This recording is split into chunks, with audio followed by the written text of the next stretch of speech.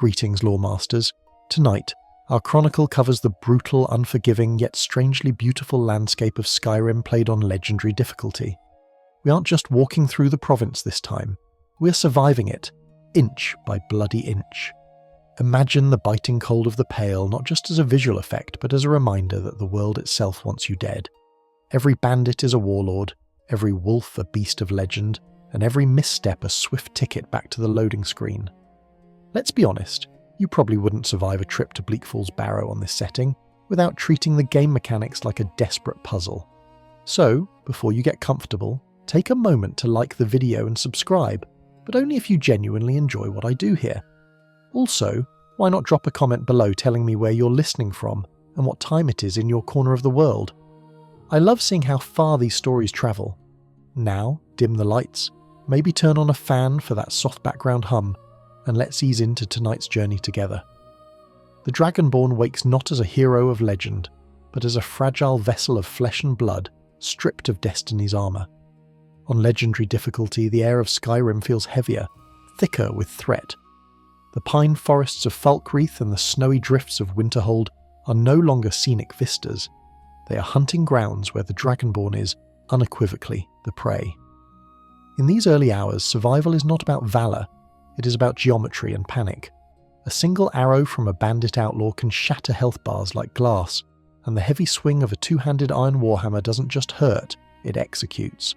To navigate this lethal math, the aspiring hero must look to the School of Destruction, specifically toward a technique that fundamentally alters the rhythm of combat. It isn't enough to burn or freeze an opponent when they have enough health to wade through a storm of fire and crush your skull. You need to stop them. You need to break their momentum. You need the Impact perk. Acquiring Impact requires a dedication to the destructive arts that borders on obsession. The Dragonborn must raise their destruction skill to 40, a feat that involves hours of backpedaling while spraying jets of flame at pursuing mudcrabs and angry hawkers, praying the magicka bar regenerates before stamina runs out. It is a frantic dance, but once that milestone is reached and the requisite destruction dual casting perk is unlocked, the dynamic of the world shifts. The hero is no longer running away, they are dictating the terms of the engagement. Consider the giant. In a standard journey, a giant is a formidable but manageable obstacle, a creature of herding and mammoth cheese. On Legendary, a giant is a catastrophe. Their club connects with the force of a falling building, launching unwary adventurers into the stratosphere, a physics quirk that the community has affectionately dubbed the Skyrim Space Program. The first time the Dragonborn encounters one of these towering shepherds near Secunda's Kiss, the fear is palpable. The ground shakes with their stride, a rhythmic thudding that vibrates through the controller and into the player's bones. Without Impact, this fight is a suicide mission. The Dragonborn's destruction spells, even dual cast, would merely tickle the giant's massive health pool, like tossing pebbles at a mountain. The giant would close the distance, raise that bone-crushing club and end the story. But with Impact, the narrative changes.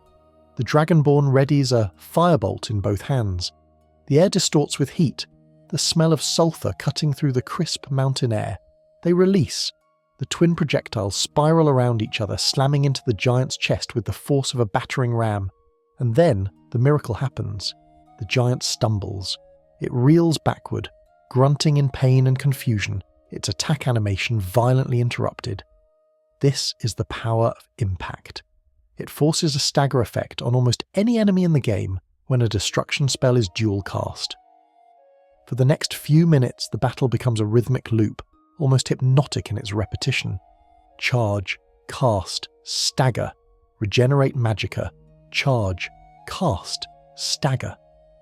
It is a cruel mercy, keeping the enemy in a permanent state of recovery, unable to strike, unable to move, trapped in a prison of kinetic force. It turns the terrifying into the trivial, provided the Dragonborn doesn't miss.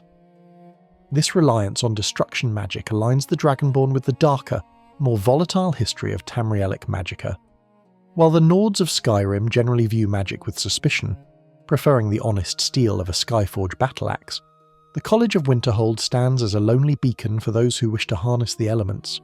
Feralda, the Altmer gatekeeper of the college, is often the first master to demonstrate the sheer lethality of high-level destruction. It is a known, core in-game fact that to gain entry to the college, one must cast a specific spell at Feralda's request, often a destruction spell like Firebolt, proving that the Dragonborn possesses the raw talent to control such dangerous forces. The college itself sits on a crumbling precipice, a visual metaphor for the precarious nature of wielding destruction magic, powerful, isolating, and always on the verge of collapse. However, the use of impact to stagger-lock enemies brings up a fascinating point of contention within the lore and the community. Is this mastery, or is it a cheap trick? There is a long-standing community debate among fans regarding the balance of magic in the 5th Elder Scrolls game. Many argue that because destruction damage does not scale with equipment in the same way archery or melee damage does, there are no Daedric gauntlets of immense fire damage that increase spell output directly. Mages are mathematically disadvantaged in the late game. A legendary dragon on legendary difficulty has thousands of hit points. The Incinerate spell does a fixed amount of damage. Without the ability to stagger the dragon, to interrupt its breath attacks and bite animations, a pure mage would be ash on the wind. Fans argue that impact isn't an exploit. It is the developer's apology for the lack of damage scaling.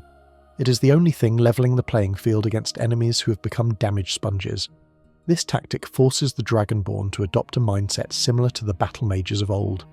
In the book Response to Barrow's Speech, an obscure lore tidbit found on dusty shelves throughout the province, a debate is chronicled between a destruction mage and an illusionist. The destruction mage argues that while other schools can distract or alter, only destruction has the power to stop a heart or shatter bone directly. The text implies that the mastery of destruction is not just about damage, it is about dominance. It is about applying force so overwhelming that the opponent ceases to be a combatant and becomes a target. When the Dragonborn utilizes impact, they are embodying this philosophy. They are not tricking the enemy, they are overwhelming them with superior kinetic magic. The visual of this playstyle is distinct. The screen shakes with every dual cast release. If using shock magic, the lightning arcs instantly, stripping magicka from enemy mages, leaving them stumbling and silenced. If using frost, the enemy is slowed, their stamina drained, gasping for breath as they are battered backward. But fire is the favourite for many, the raw damage combined with the stagger creating a visceral sense of power. Imagine the Dragonborn in the depths of a Nordic ruin, facing a Death Lord. The undead warrior shouts, preparing to unleash a Fusroda that would ragdoll the player into a wall of spikes.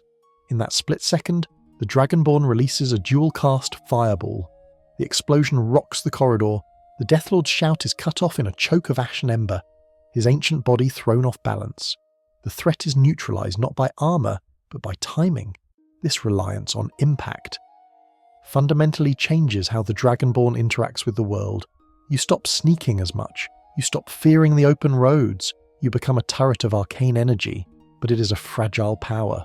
The moment your magicka runs dry, the stagger stops, the giant recovers, the Deathlord raises his ebony axe, and the Dragonborn is reminded violently that on legendary difficulty, godhood is only sustained as long as the blue bar holds out. It is a tense, adrenaline-fueled existence, living pulse to pulse, spell to spell, but it is the first step in conquering a world that hates you. You have learned to push back. You have learned that if you hit them hard enough, they cannot hit you back. Yet, relying solely on staggering enemies has a fatal flaw. You eventually run out of juice, and when the enemy is a vampire with the speed of a blur, or a dragon priest raining thunder from the sky, you need more than just impact. You need sustainability. You need to manipulate the very energies of life and death to transcend the mortal limits of your character's stats. You need to look into the taboo, into the blood magic synergy that makes the undead better. If impact is the sledgehammer that keeps the world at bay, the next step in our legendary journey is the scalpel that dissects the game's internal logic. We move from the explosive outward force of destruction to the subtle, arguably broken internal mechanics of restoration. Specifically, we are looking at a perk that seems innocent on paper, but, when combined with a specific affliction, allows the Dragonborn to ascend to near godhood, the Necromage perk. Restoration is often derided as the boring school of magic. Colette Mahens, the restoration master at the College of Winterhold, is constantly defensive about her craft. It is a core in-game fact that she wanders the Hall of Countenance complaining that her colleagues ignore her work, insisting that restoration is a perfectly valid school of magic. She's right, of course, but not for the reason she thinks. She believes in healing wounds and turning undead. We believe in rewriting the rules of reality. The Necromage perk, available at Restoration level 70, states simply, all spells are more effective against undead. A 25% increase in magnitude and a 50% increase in duration. Useful for banishing Draugr or burning vampires, certainly. But here is the twist, the secret that turns a legendary playthrough on its head. If the Dragonborn becomes a vampire, the game classifies them as undead. Suddenly, all spells includes the spells you cast on yourself. This interaction is one of the most famous examples of spaghetti code, working in the player's favour. A glorious oversight that Bethesda never patched out, perhaps realising the fun it provided. Once you contract Sanguinar Vampiris and turn, or accept Lord Harkon's gift to become a Vampire Lord, the Necromage perk views you as a valid target for its buff. Every enchantment you place on your armour, every potion you drink, every shout you utter that affects your own body is boosted by 25%. It changes the math of survival. A standard Fortify health enchantment on a chess piece might give 60 points of health. To a Necromage vampire, it gives 75. A potion of invisibility lasts longer. The Atronach Stone Blessing, which absorbs magicka, becomes significantly more potent, pushing the absorption rate closer to total immunity. You aren't just a vampire, you're a super vampire fueled by a feedback loop of restoration magic that amplifies your very existence. But embracing vampirism on legendary difficulty is a double-edged sword. You are weaker to fire, a terrifying prospect when ancient dragons are bathing the countryside in infernos, and your stats stunt in the sunlight. Yet, the Necromage synergy makes the trade-off worth it. It allows for the kind of min-maxing required to survive a bandit chief's power attack. This path leads the Dragonborn to Morthal, to the lair of Movarth Pekin, or perhaps to the damp caves of Broken Fang seeking that initial infection. The screen blurs red, the text, "You have contracted Sanguinar Vampiris" appears, and the clock starts ticking. Once the transformation is complete and the perk is taken, the Dragonborn feels different, sharper. There is a fascinating lore tidbit regarding the nature of restoration and the undead found in the Tome of Unlife. It suggests that restoration magic isn't just about healing, in a holy sense, but about reinforcing the animus, the energy that animates a body. For the living, this means knitting flesh. For the undead, whose bodies are animated by magicka and will rather than biology, restoration essentially overcharges the vessel. By using Necromage, the Dragonborn is hacking their own animus, pouring more power into a vessel that is no longer constrained by mortal limits. The community has spent over a decade dissecting this interaction. The community debate often centres on whether Necromage is a bug or a feature. Purists argue it trivialises the game, breaking the intended difficulty curve. They say a perk meant to hurt zombies shouldn't make your enchantment stronger, but the defenders, the legendary difficulty survivors, argue that in a world where a mudcrab can kill you in 2 hits, you take every advantage you can get.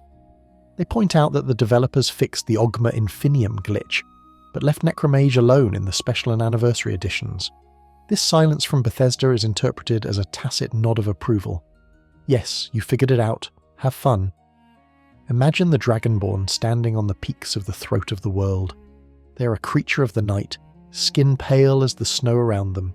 They cast ebony flesh. Because they are a vampire with Necromage, the spell doesn't just provide 100 armor rating, it provides 125. The duration stretches out, allowing for longer battles. They drink a potion of Fortify Marksman. The numbers tick higher than they ever should. They are a walking glitch, a mathematical anomaly clad in Daedric armour. This synergy also revitalises the usefulness of other perks. The Dual Flurry perk for one-handed weapons swings faster.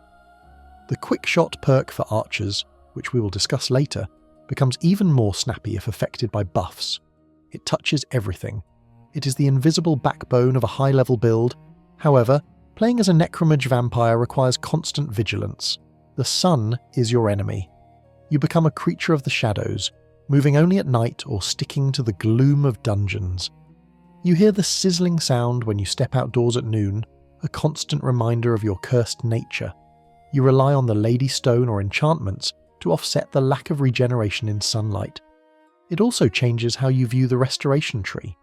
You aren't grinding it to heal your allies, you're grinding it to mutate yourself. You spend hours letting low-level skeletons beat on you, while you cast Heal Other on them and close wounds on yourself, leveling the skill in a bizarre act of masochism. You visit Danica Purespring in Whiterun not for spiritual guidance, but to buy training sessions to rush to level 70. The narrative of the playthrough becomes one of dark ambition. You're not the noble hero protected by Stendar, you're a pragmatist who has sold their humanity for a 25% buff. You walk into the College of Winterhold, and while Colette Marantz prattles on about her overlooked school, you smile, knowing you have taken her teachings to a place she never dared imagine. You have turned Restoration into a school of self-apotheosis. This power creates a sense of arrogance. You feel invincible. Your numbers are bigger. Your buffs are stronger. But legendary difficulty has a way of humbling even the most buffed vampire lords. A stray fire breath, a lucky arrow, a fall from a cliff. The world is still dangerous. Necromage gives you the edge, but it doesn't give you immortality. Not yet. To truly secure your place as a legend, to make those amplified numbers mean something, you need gear. You need armor that can withstand a giant's club and weapons that can carve through dragon scales. You have the magical foundation, but you need the steel. You need to turn your attention to the forges, to the heat and the hammer. You need to become a master smith, but not just any smith. You need to be able to improve the magical artifacts you find in the dark places of the world. So, you're now a vampire lord with a surprisingly robust health pool and spells that hit harder than they have any right to.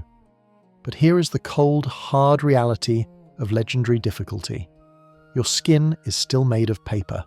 A single power attack from a bandit chief wielding a two-handed warhammer will not just hurt you, it will fold you like laundry. And while your destruction spells stagger, they don't always kill quickly enough to handle a dozen Falmer swarming you in a dark cave. You need steel, you need armor rating, and most importantly, you need to make the shiny, magical toys you find in dungeons actually worth using.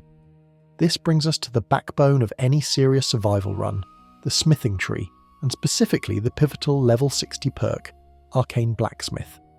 In the early game, smithing feels like a chore. It is the noise of the grindstone wheel in Riverwood, the rhythmic clang clang clang of Alva's hammer, that eventually fades into a hypnotic background track.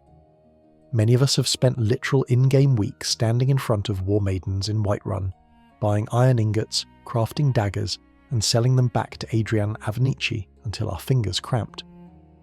There is a core in-game fact that every veteran knows. The iron dagger method was patched long ago. It used to be that crafting hundreds of cheap knives was the fastest way to level 60. Now, the experience is tied to the value of the item created.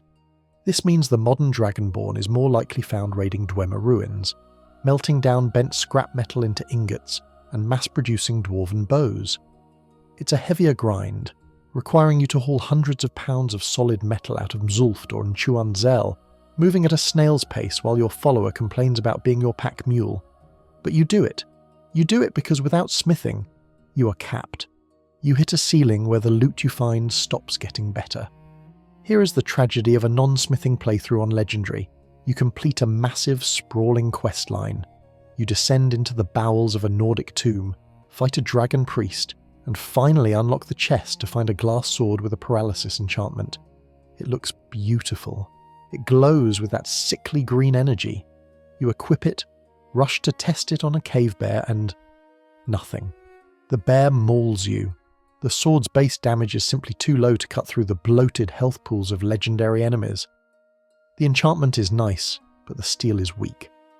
Without Arcane Blacksmith, magical items, whether found in a chest or gifted by a Daedric prince, cannot be improved at a grindstone or workbench. They are stuck in their factory settings. Dawnbreaker, the holy blade of Meridia, is a glowing stick. The Nightingale armour, arguably the most stylish set in the game, becomes tissue paper against high-level Draugr. But once you unlock Arcane Blacksmith, the game opens up. Suddenly, that glass sword can be sharpened to legendary quality. The base damage doubles. Combined with your armor skill and weapon perks, that sword becomes a viable tool of destruction. You can take the unique items that define the lore of Skyrim, the Mace of Molag Bal, the Ebony Mail, the Saviour's Hide, and temper them until they rival the best generic gear in the game. This perk is essential because it allows for fashion souls.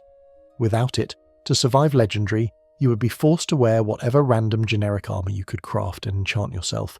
You'd look like a mismatch of Daedric and Dragonborn. Arcane Blacksmith allows you to wear the ancient shrouded armour of the Dark Brotherhood and still hit the armour cap, that magical number of 567 displayed armour rating, which provides the maximum 80% physical damage reduction. There is a fascinating bit of lore that explains why this perk is necessary. In the book Heavy Armour Forging, there is a passage that discusses the difficulty of working with materials that have already been imbued with magicka. The enchantment creates a sort of spiritual pressure within the metal or leather.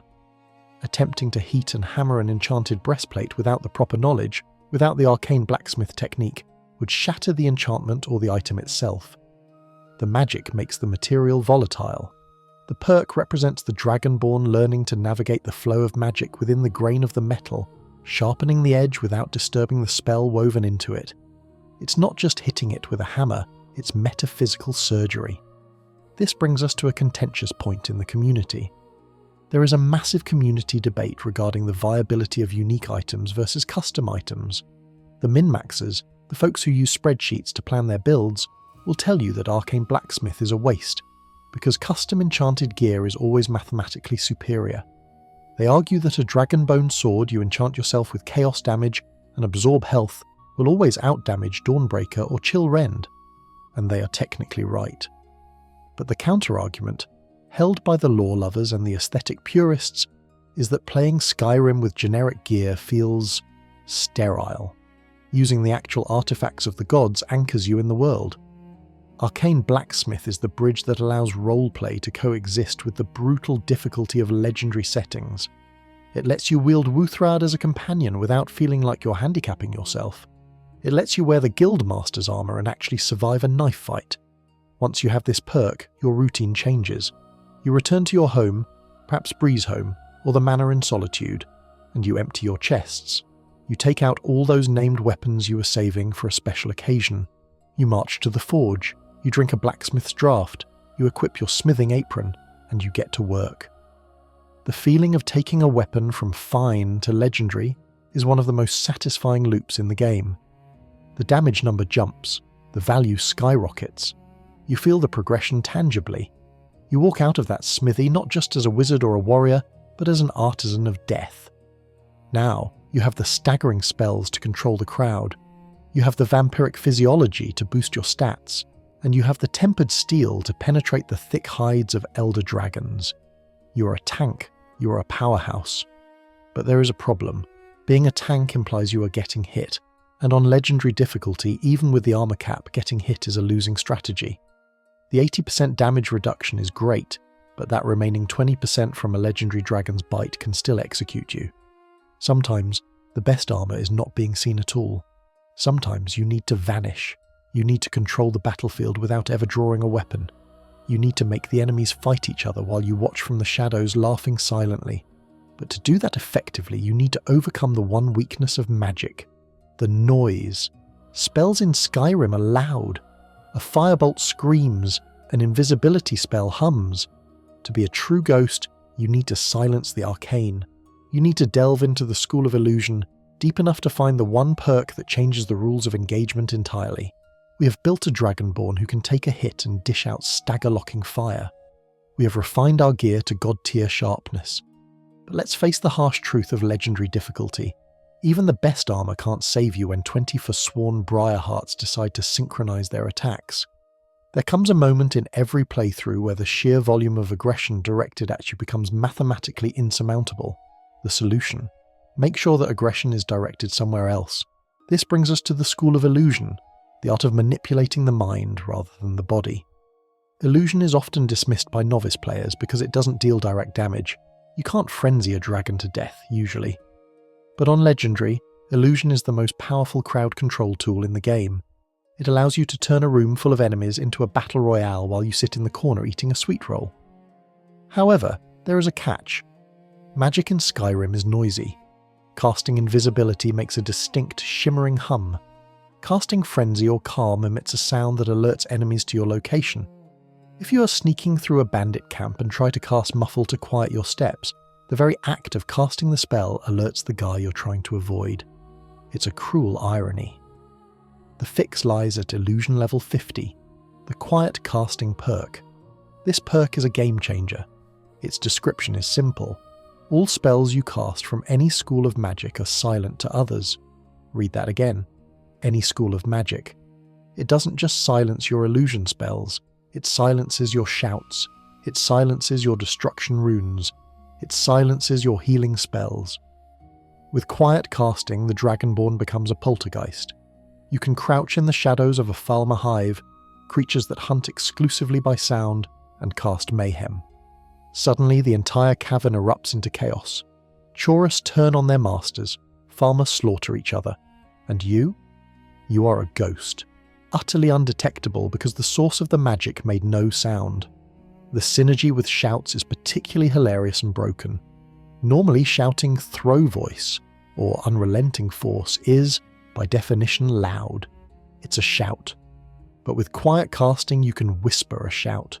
You can blast a bandit off a cliff with Fusro Dar from stealth, and his friends won't instantly pinpoint your location. They'll just see Dave flying through the air and have no idea why. Gaining access to this perk typically involves a pilgrimage to the College of Winterhold to meet Drivis Naloran, the Illusion Master. It is a core in-game fact that Drivis is arguably the most invisible man in the college, both metaphorically and literally. When you first speak to him, he often remarks on how unseen he feels, a subtle nod to the nature of his school. He sells the spells, Muffle and Invisibility, that you will spam endlessly to grind your skill to level 50. There is a rhythm to leveling illusion that is almost meditative. You cast Muffle on yourself, wait for Magicka to recharge, and cast it again. You do this while walking to quests, while shopping in Whiterun, while listening to the Greybeards drone on. It is the path of the silent obsessive. But the lore behind illusion adds a darker layer to this power. In the book Incident at Necrom, a lore tidbit, the author describes an illusionist who defeats a group of aggressors not by fighting, but by making them believe they are fighting terrors that don't exist. The text implies that high-level illusion doesn't just trick the eyes, it invades the psyche.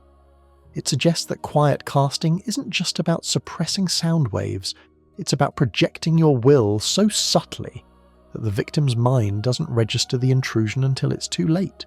You are bypassing their mental defenses before you even cast the spell. The community has long debated the ethics and mechanics of this playstyle.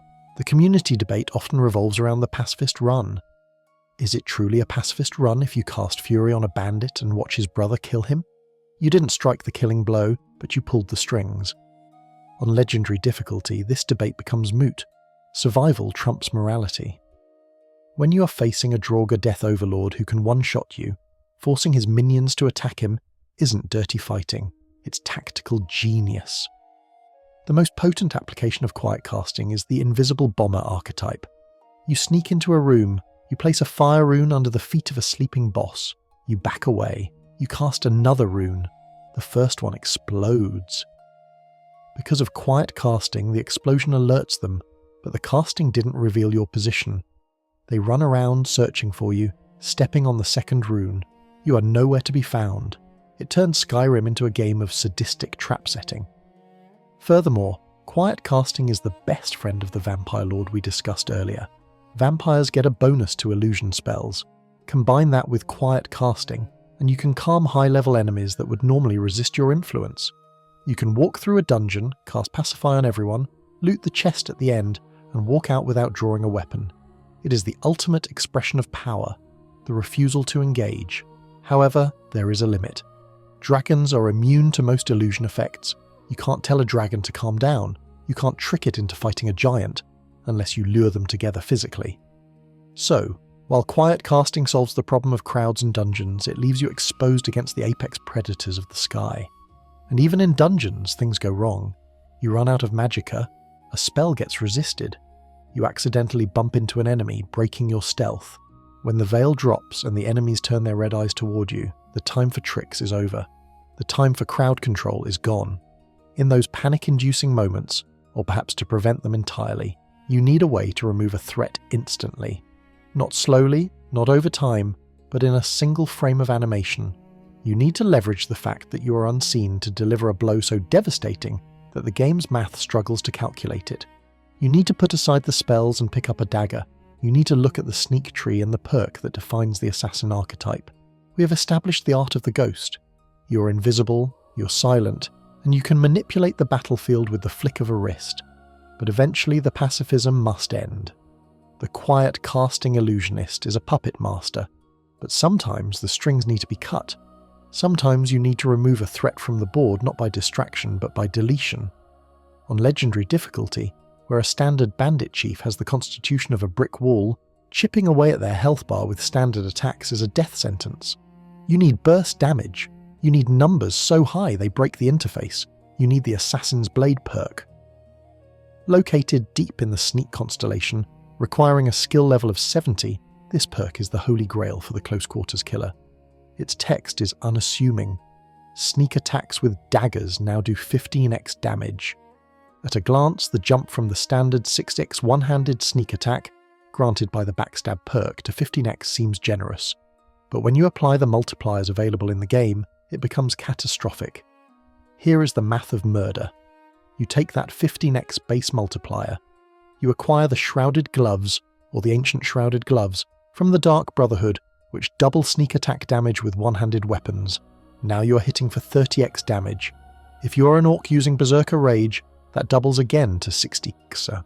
Suddenly, an iron dagger with 10 base damage isn't doing 10 damage, it's doing 600. And that's before we even factor in smithing upgrades or enchantments. With a tempered Dragonbone dagger, you're looking at damage output in the thousands from a single silent poke. This is the only reliable method to one-shot the massive health pools of high-level legendary enemies. It is the equalizer. It turns the Dragonborn from a scavenger into a reaper. The gameplay loop of the Dagger Assassin is one of the most tense experiences Skyrim offers. It transforms the game into a survival horror title, where you are the monster. You spot a target, perhaps a Draugr Deathlord pacing a Nordic ruin. You enter sneak mode. The eye reticle opens slightly. You wait. You move forward, inch by inch. The analog stick is tilted so gently that your character is barely gliding. The sound design of the game becomes paramount. You listen for the Draugr's footsteps, its breathing, the rustle of its ancient armour. Unlike swords or maces, daggers in Skyrim are silent when swung. This is a crucial distinction. If you miss a swing with a mace, the whoosh can alert enemies. A dagger is a whisper. You close the distance. You're now within breathing range. You can see the texture of the enemy's cape. The reticle is flat, hidden. You hold the attack button for a power attack. The animation triggers. The camera zooms out or snaps to a cinematic angle.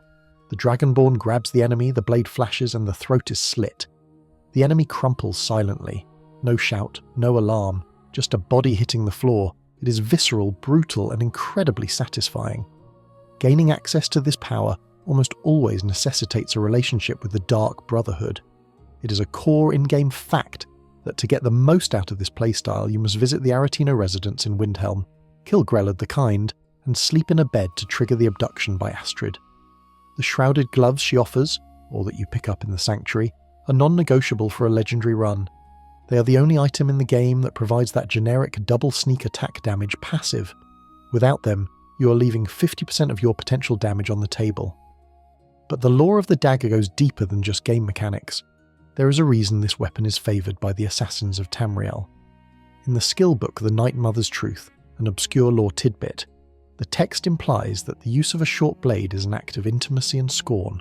Unlike a bow, which kills from afar, or a spell, which is impersonal energy, the dagger requires the assassin to share the victim's space. It is considered a prayer in the eyes of the Sithis-worshipping cults. The closeness is the point. On legendary difficulty, that closeness is also the source of all your anxiety. If you fail the sneak check while standing 2 inches from a vampire, you are dead. The lore reflects the gameplay. High risk, absolute finality.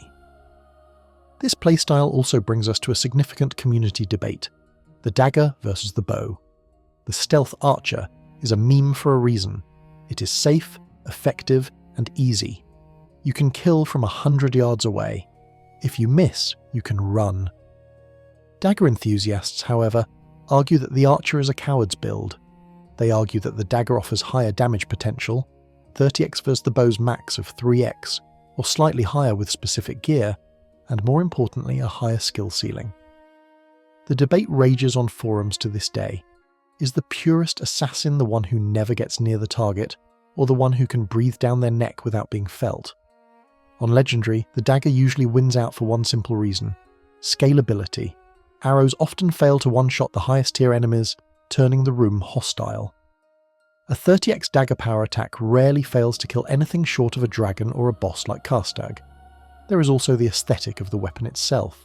The Blade of Woe, Astrid's signature weapon, or Mehrunes' Razor, the artifact of the Prince of Destruction, are common choices. The Razor is particularly potent. Its small chance to instantly kill any target bypasses health pools entirely.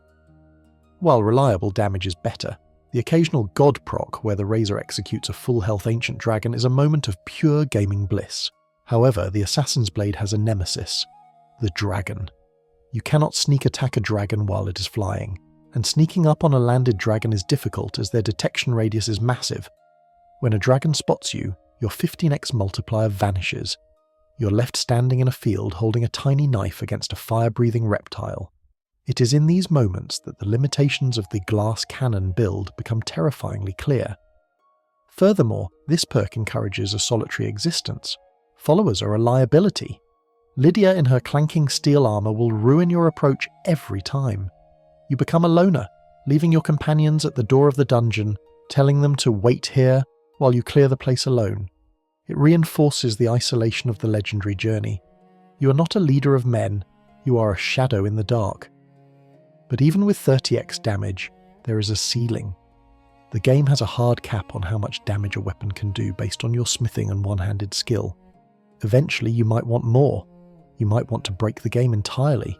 You might want to forge gear that grants you millions of health points, or weapons that deal damage in the scientific notation range. To achieve this, to truly ascend beyond the intended limits of Skyrim, you must turn to the most broken, exploitable, and chemically unstable skill tree in the game. You need to mix ingredients, you need to understand the loop, you need the Benefactor perk from the Alchemy tree. We have explored the path of the warrior, the mage, and the assassin. We have broken the bodies of our enemies with impact and their minds with illusion, but there is a level of power that transcends skill trees and combat mechanics entirely. It is a path that leads not to mastery but to divinity. It is the path of the mad scientist, hunched over a bubbling cauldron in the back of Breezehome, bending the laws of mathematics until the universe snaps. We're talking about alchemy, and specifically the innocent-looking perk at level 30 called Benefactor. On the surface, Benefactor is a modest upgrade. The text reads, "Potions you mix that have beneficial effects have a 25% greater magnitude." It sounds like a nice little bonus for your healing drafts or stamina elixirs, but in the hands of a legendary difficulty survivor who understands the deep, broken coding of Skyrim's engine, Benefactor is the key to the restoration loop. To understand why this is necessary, consider the scaling problem. As you level up, enemies gain more health and damage. You can temper your armor and weapons, but there is a cap. Eventually, you hit a wall where your sword, no matter how sharp, feels like a pool noodle against a legendary dragon. The game says no more. Alchemy says watch this. Here is the secret, the core in-game fact that fuels this madness. In the game's code, enchantments on your armor that boost your skills, like Fortify Alchemy, are classified under the School of Restoration. Why? Who knows? It's Bethesda logic. But because they are considered restoration effects, drinking a potion of Fortify Restoration increases the potency of your equipped armor enchantments for the duration of the potion. The loop works like this. You equip 4 pieces of gear enchanted with Fortify Alchemy. You stand at an alchemy table. You mix a potion of Fortify Restoration using ingredients like Abyssian Longfin, Cyrodiilic Spadetail, or Salt Pile. You drink the potion. Suddenly the game thinks your restoration skill is higher, so it boosts the restoration effect on your armor, which is the Fortify Alchemy enchantment. Your gear is now stronger. You unequip and re-equip the gear to lock in the new numbers. You mix another potion of Fortify Restoration. This one is stronger than the first because your gear is stronger. You drink it. You repeat. Within 5 or 6 cycles, the numbers spiral out of control. You go from a 20% bonus to a 20,000% bonus. You're now holding a potion that says, restoration spells are 4,500,000% stronger for 60 seconds. Once you have reached this mathematical stratosphere, you pivot. You stop making restoration potions and you use this temporary godhood to brew a Potion of Fortify Enchanting or Potion of Fortify Smithing. These potions will have numbers that look like phone numbers. This process changes the genre of the game. You're no longer playing an RPG, you are playing a spreadsheet simulator. The hunt for ingredients becomes the most important quest in the game. You aren't looking for the Elder Scroll, you're swimming in the riffling waters near the Solitude Sawmill, desperately catching Cyrodiilic spadetails by hand. You are raiding barrels in Riften for salt piles like a desperate addict. The lore of alchemy in the Elder Scrolls supports this idea of pushing boundaries. According to the obscure lore tidbit found in Dererum Dureni, alchemy was formulated and codified by Asliel Dureni of the influential Dureni clan. The book describes his struggle to be taken seriously by a world that preferred raw magic. It suggests that alchemy is the science of forcing the material world, the mundus, to yield its secrets through combination and catalyst. It is an imposition of will upon matter. When the Dragonborn performs the restoration loop, they are channeling the spirit of the Dureni, refusing to accept the natural limits of the ingredients, forcing them to react with ever-increasing volatility. However, this power comes with a significant community debate. The glitch versus feature argument, specifically regarding the integer overflow. If you push the loop too far, if you get greedy and try to make a sword that does 1 billion damage, the game's engine, which runs on 32-bit or 64-bit math, depending on your version, will give up. The numbers will flip into the negatives.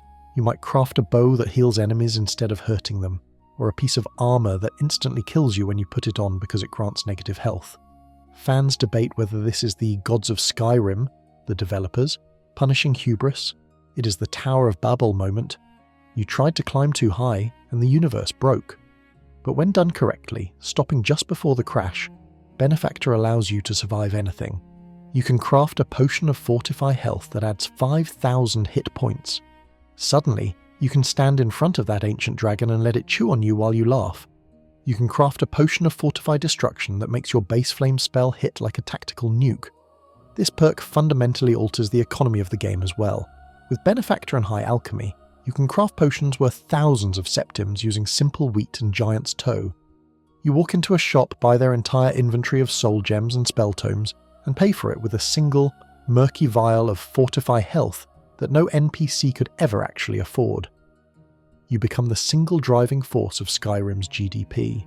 There is a specific tactile joy to the alchemy station in Skyrim. The bubbling sounds, the mortar and pestle grinding.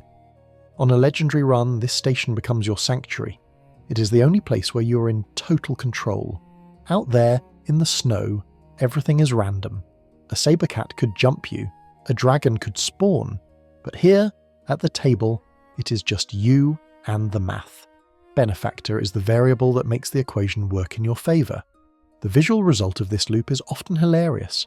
You check your active effects tab, and the list is a scrolling wall of buffs with durations that last for real-time days. Fortify Carry Weight, 10,000 points. You can pick up every cheese wheel in the province and not be encumbered. It fulfills the ultimate fantasy of the Hoarder, but be warned, using the restoration loop to trivialize the game can suck the joy out of it if you aren't careful.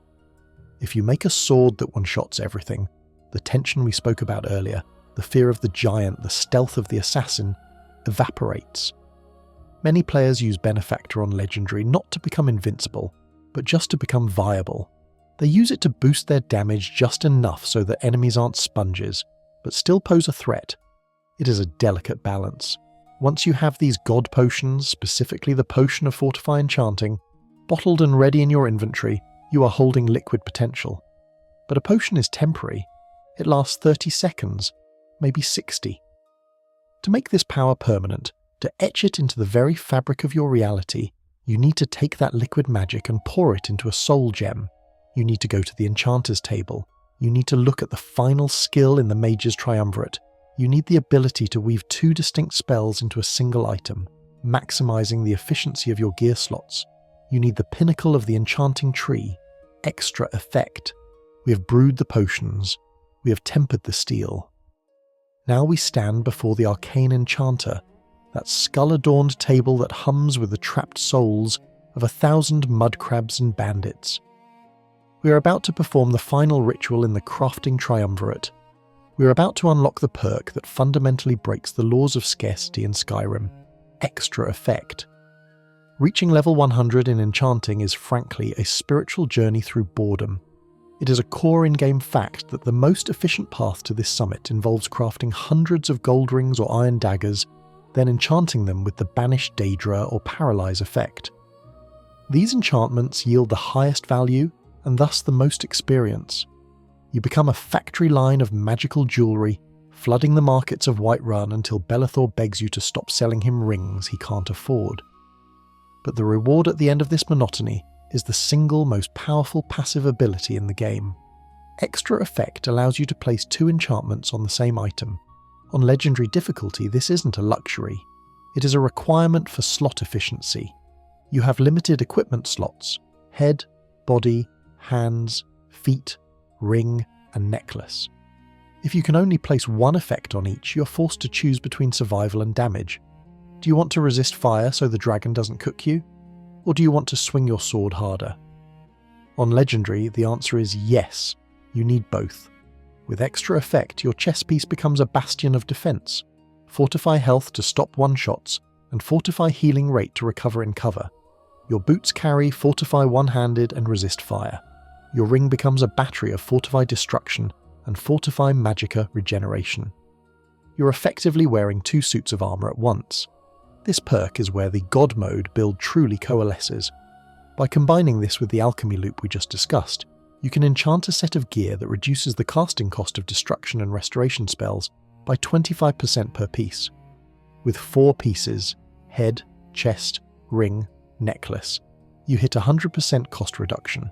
You can cast Incinerate, a spell that normally eats your magicka bar in seconds, infinitely. You become a walking volcano that never runs out of fuel. The lore behind this ability is surprisingly dark. In the skill book Twin Secrets, a lore tidbit, the author recounts the tale of an enchanter named Braralutharan.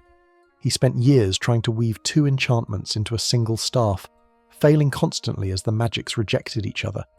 It wasn't until he found a dragon and learned the concept of dominating the enchantment, forcing the magic to submit through will rather than finesse, that he succeeded. The book implies that extra effect isn't just about skill, it's about spiritual dominance.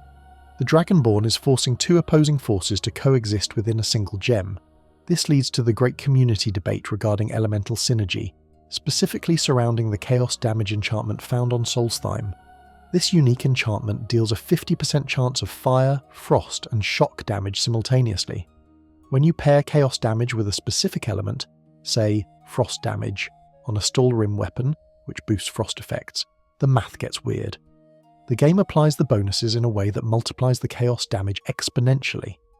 Fans argue over the ultimate weapon enchantment.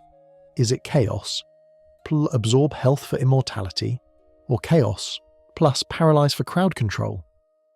The consensus for legendary usually leans toward absorb health. When enemies hit for 300 damage, healing for 50 health per swing is the only thing keeping you upright in a brawl. The psychological impact of extra effect cannot be overstated. It is the moment you stop scavenging and start curating. You stop looking at dungeon loot with envy and start looking at it with pity. Oh, a Daedric Sword of Burning? Cute. Mine creates a fiery explosion and traps your soul. You begin to name your gear. This is a crucial part of the ritual. You craft a ring with Fortify Sneak and Fortify Archery, and name it the Silent Death. You craft boots with Muffle and Fortify Stamina and name them Running Away Shoes. It adds a layer of ownership to the stats. You aren't just a character with high numbers, you're an artificer wearing your own masterpieces. However, even with infinite magicka and double enchanted armour, you're still bound by the physics of the game. You can still be overwhelmed, stealth can break, and when it does, and 3 Deathlords are charging you in a narrow corridor, you don't have time to cast a master level spell. You don't have time to swing a slow warhammer. You need speed. You need to turn your bow from a sniper rifle into a machine gun. You need to lay down a suppressing fire that staggers, damages and applies all those nasty enchantments you just crafted in rapid succession.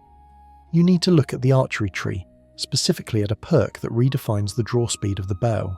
We have all been there. The sneak eye opens. The music shifts from the ambient, melancholic strings of Secunda to the pounding drums of combat. Your cover is blown. You are no longer the predator in the shadows. You are the squishy wizard thief standing in the middle of a brightly lit room with a Draugr Deathlord charging at you. He is shouting, his ebony axe is raised, and your dagger, so lethal a moment ago, is now just a toothpick against his armour. Panic sets in. You backpedal. You switch to your bow, but the standard draw speed of a Daedric bow feels agonisingly slow. It's like pulling back a suspension bridge cable. You watch the enemy close the distance, inch by terrifying inch, while your character struggles to nock an arrow. Thwack. You loose one. It hits his shoulder. He laughs. He swings. You reload. Too slow. You die. To survive this inevitable collapse of stealth on legendary difficulty, you need to change the tempo of the engagement. You need the Quickshot perk. Unlocked at Archery level 70, Quickshot allows you to draw a bow 30% faster. That number might seem modest on a spreadsheet, but in the heat of battle, it is the difference between getting off 2 shots or 3. It is the difference between stun-locking an enemy and getting decapitated. This perk transforms the bow from a sniper rifle into a semi-automatic weapon. When combined with the Power Shot perk, which staggers all but the largest opponents 50% of the time, you create a defensive wall of arrows. You aren't aiming for the head anymore, you're aiming for volume. You're pumping arrows into the enemy's chest as fast as your finger can click, keeping them in a perpetual state of flinch animation. The synergy here is incredible with the god gear we crafted in the previous section. Remember that bow with chaos damage and paralyze? With Quickshot, you are rolling the dice on that paralysis effect 30% more often. You're applying those elemental bursts at a rate that melts through health bars. There is a specific weapon that every Quickshot enthusiast eventually hunts down: Zephyr. This unique dwarven bow is found in the ruin of Arcthams during the Lost to the Ages questline. It is a core in-game fact that Zephyr possesses an intrinsic enchantment, allowing it to fire 30% faster than a standard bow. Here is the magic. This stacks with Quickshot. When you wield Zephyr with the Quickshot perk, you're essentially holding a machine gun. The draw time becomes negligible. You can strafe around a pillar, unleashing a stream of arrows that turns a frost troll into a pincushion before it can even regenerate a single point of health. The sound of the bowstring becomes a rhythmic thrum, thrum, thrum, a heartbeat of survival. This shift from stealth archer to combat archer is often where a legendary run finds its second wind. The stealth archer is a meme because it's safe, but the combat archer, the Legolas archetype, sliding downstairs while firing into a goblin's eye, is pure adrenaline.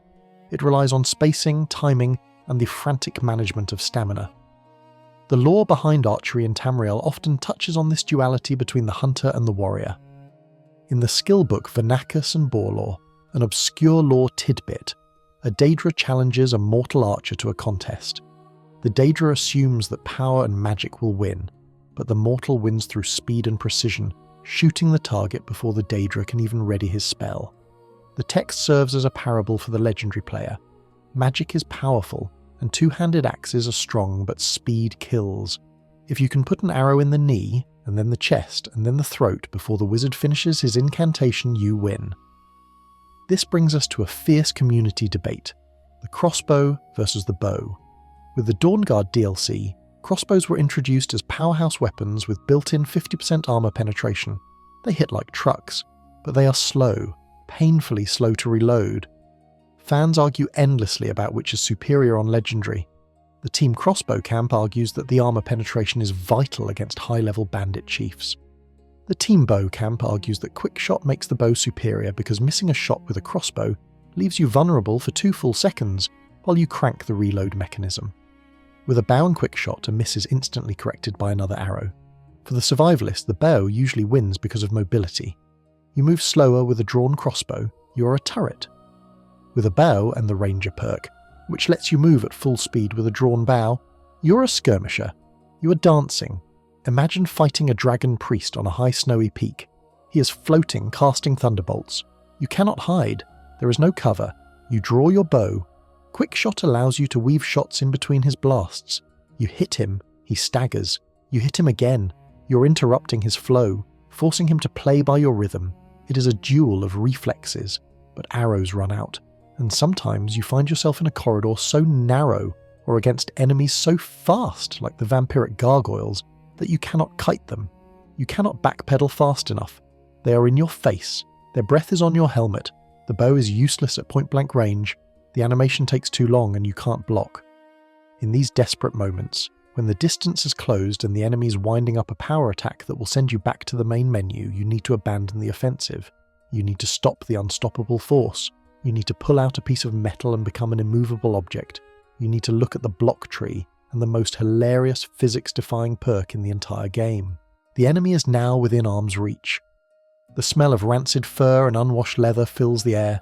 It is a bandit chief, his face twisted in a snarl of victory because he knows, just as well as you do, that a single swing of his warhammer will crush your ribcage like a dry twig. Your bow is useless here. Your dagger is too risky. You have one option left. You have to face the music. You have to pull out a slab of metal and turn yourself into a battering ram. Welcome to the most cathartic, physics-defying and downright hilarious perk in the entire game, Shield Charge. Getting to block level 100 is a rite of passage. It is a core in-game fact that the fastest way to achieve this is to find a giant. Lower the difficulty to novice so he doesn't launch you into orbit and just stand there. You let him club you. Over and over again. You heal yourself, you block, and you watch the skill bar creep up pixel by agonizing pixel. It is a hazing ritual. It is the game asking, how badly do you want to be a bowling ball? But once you hit that triple-digit mastery and unlock Shield Charge, the dynamic of combat flips on its head. The perk description is deceptively simple. Sprinting with a shield raised knocks down most targets. Knocks down is a polite way of saying violently ragdolls. When you sprint at an enemy with your shield up, you trigger a physics interaction that hits them with the force of a runaway cart. They don't just stumble, they go flying. They hit the wall, they tumble downstairs, they collapse into a heap of limbs, trying desperately to stand up while you loom over them, ready to strike. On legendary difficulty, this is not just funny, it is a tactical necessity. An enemy lying on their back deals 0 damage. They cannot power attack, they cannot cast spells, they are helpless. Shield Charge allows you to control the flow of a battle by keeping the most dangerous enemies permanently horizontal. You see a terrifying drag a death overlord? Sprint at him. Clang. He's down. While he struggles to get up, you slash him a few times. As soon as he regains his footing, you sprint at him again. Clang. Sit down, sir. This perk shines brightest in the cramped claustrophobic corridors of Dwemer ruins or Nordic barrows. Imagine a narrow hallway filled with Faelmer. In a normal playthrough, this is a meat grinder. You get swarmed, you get poisoned, you die. With Shield Charge, you become the cork in the bottle. You charge down the hall, bowling over the first 3 Falmer-like pins. They fly backward, tripping the ones behind them. You have turned their numbers against them. You're no longer fighting a swarm, you are managing a pile of bodies. There is a distinct visceral satisfaction to the sound design here. The heavy thud of the shield impact followed by the groan of the enemy is ASMR for the tank player. It feeds into the power fantasy of the Juggernaut. You are the immovable object that decided to start moving. The lore of the shield supports this aggressive philosophy. In the skill book Death Blow of Abananet, an obscure lore tidbit, the author describes a duel where the protagonist realizes that the shield is not a wall, but a weapon. The text details a specific maneuver, the block bash, catching an opponent off guard. Shield Charge is the ultimate evolution of this concept. It suggests that the best defense isn't waiting for the blow, it's interrupting the very thought of the attack by displacing the attacker entirely.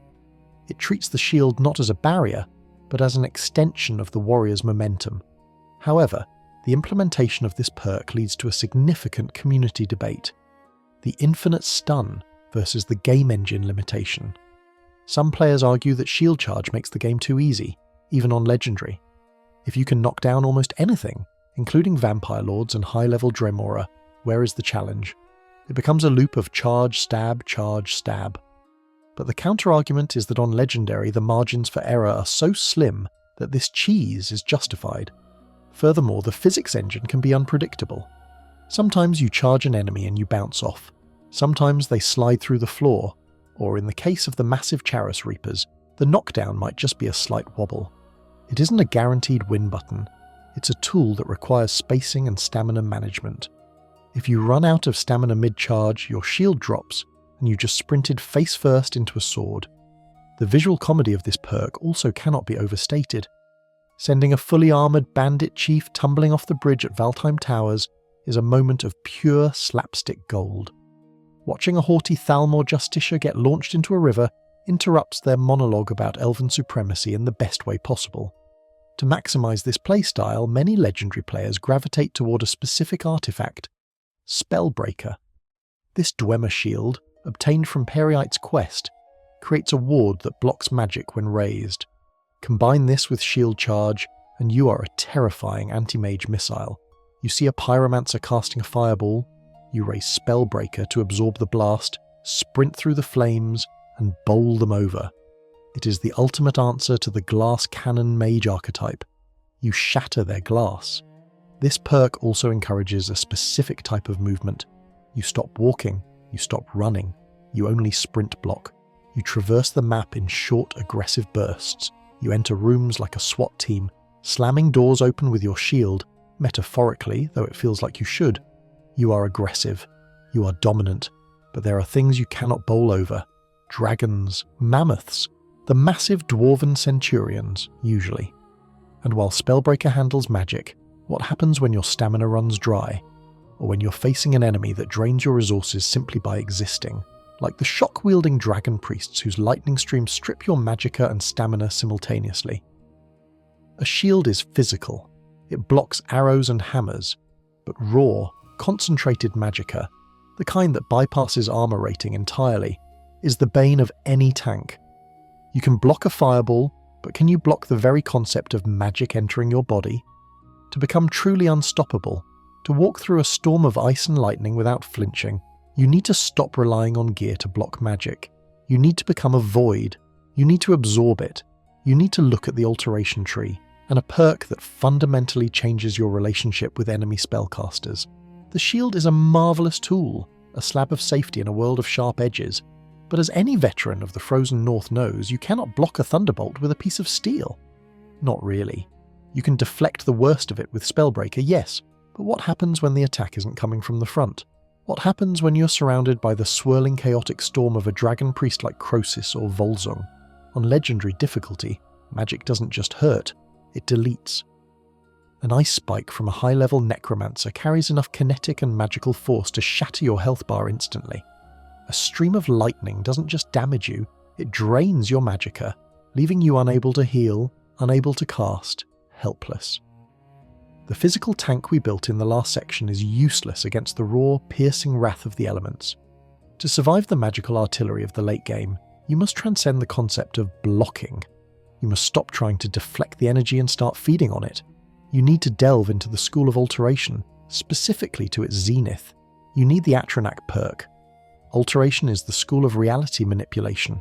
It is often ignored by players who prefer the flash of destruction or the utility of restoration. They see oak flesh and think, I have armor for that. But Alteration is not about armor.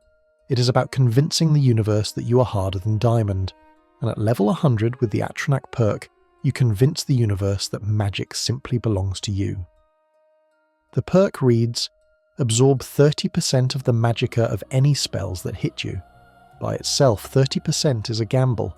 It means 1 in 3 fireballs will vanish into your mana pool, while the other 2 might still kill you. It's Russian roulette. But the true power of the Atronach perk lies in how it stacks. This brings us to a core in-game fact that defines the anti-mage build. The Atronach stone, found in the bubbling marshlands south of Windhelm, grants a permanent 50% spell absorption. When you combine the stone, 50%, with the perk, 30%, you're looking at an 80% chance to completely nullify any magical damage. 80% of the time, a dragon's breath attack does nothing but refill your blue bar.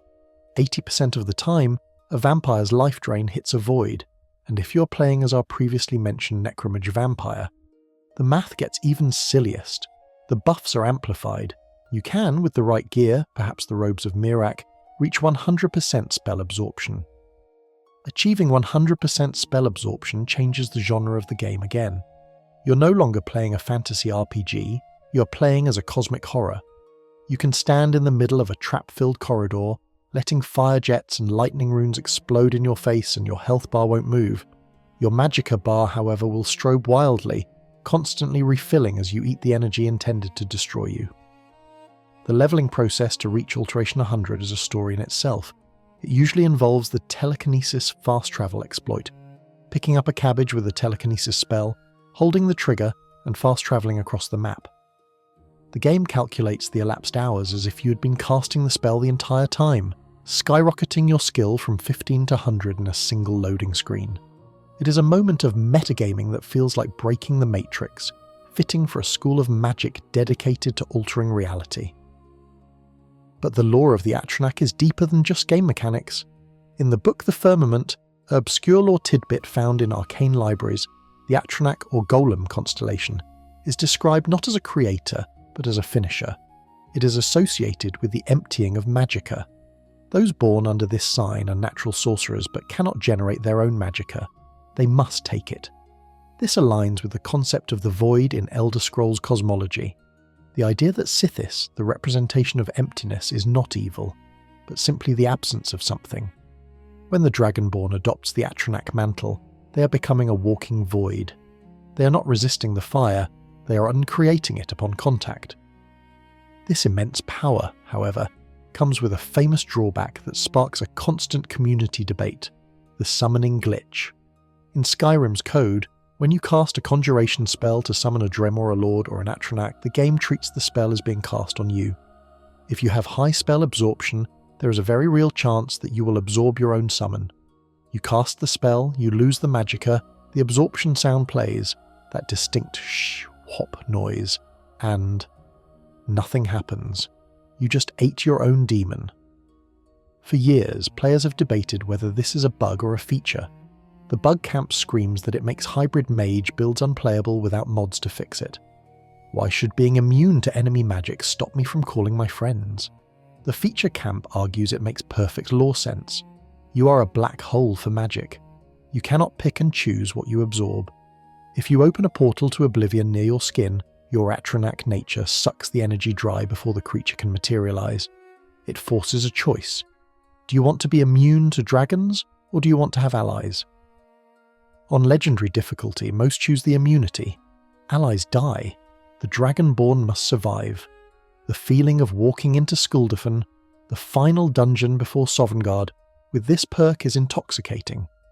Dozens of Draugr Deathlords and dragons are shouting at you. Fire, frost, and Fusrodar are flying everywhere. And you just walk. You don't sprint. You don't dodge. You walk through the apocalypse like a parent walking through a toddler's tantrum. The unrelenting force shouts that usually ragdoll you, absorbed. The fire breath, absorbed. You are a god of the mundane, turning the divine wrath of dragons into mere fuel for your next spell. However, this invincibility creates a new problem, a logistical one. You're now surviving longer. You're clearing dungeons that used to kill you. You're killing dragons by the dozen, and as a result you are accumulating stuff. Dragon bones are heavy. Daedric armor is heavy. The thousands of potions you brewed, the backup weapons, the loot you need to sell to fund your training. It all adds weight.